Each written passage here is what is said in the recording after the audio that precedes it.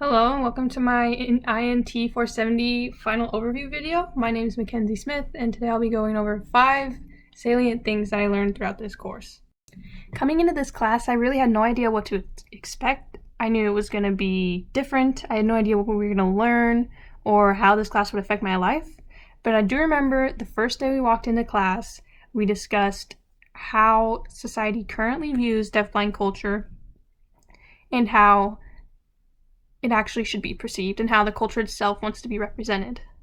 And so with that, it's capital D, capital B, deafblind, one word. And I think that's really important before we move forward with anything else. The next thing I want to talk about is autonomy, and I think this is one of the main, most significant things I've learned in this class. And it's basically the right to make a decision for yourself, which everybody should have. Unfortunately, in today's society, that's not realistic. And what ends up happening is we build ourselves up on our own privilege. And if that's all we have to go by, then that's putting most minorities down. And in John Lee Clark's article on distantism, he actually explains that the minorities are at the bottom of society only because the privileged people have put them there, which is such a hard concept for me to grasp, but it's definitely, my perspective on society has definitely changed. And John also explains that having privilege isn't a bad thing. We should just use it for good to lift up those minorities in society to where we're equal. Next on the list to talk about is guiding, and holy cow, what a whirlwind experience. You just get thrown in literally blindfolded, but I think that's the best way to learn this. You have to learn how to trust each other, and most importantly, you have to learn how to properly guide someone who is deafblind without taking away their autonomy by our hearing and sighted privilege.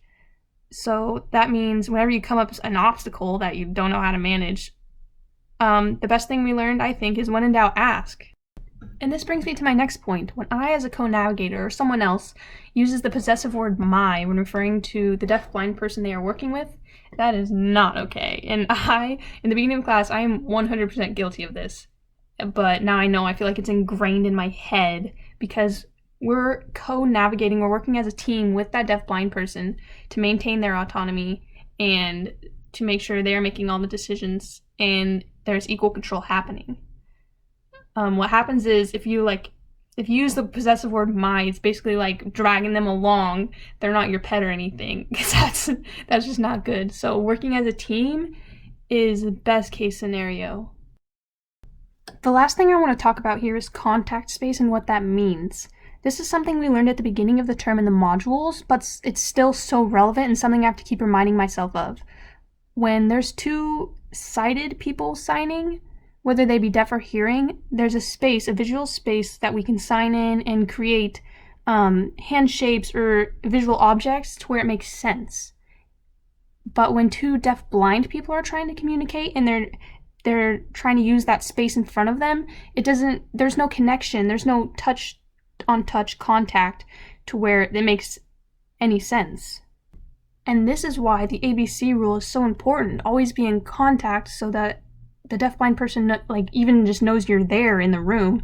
Or, I mean, this could be when you're actively signing with them or passively walking by, just hand on the shoulder. When you're sitting next to them, you can go knee on knee.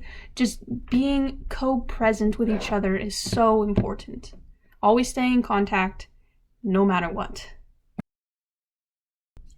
And that's all I have for this video. Thank you guys so much for watching, and I really enjoyed taking this class with you and getting connected with each and every one of you.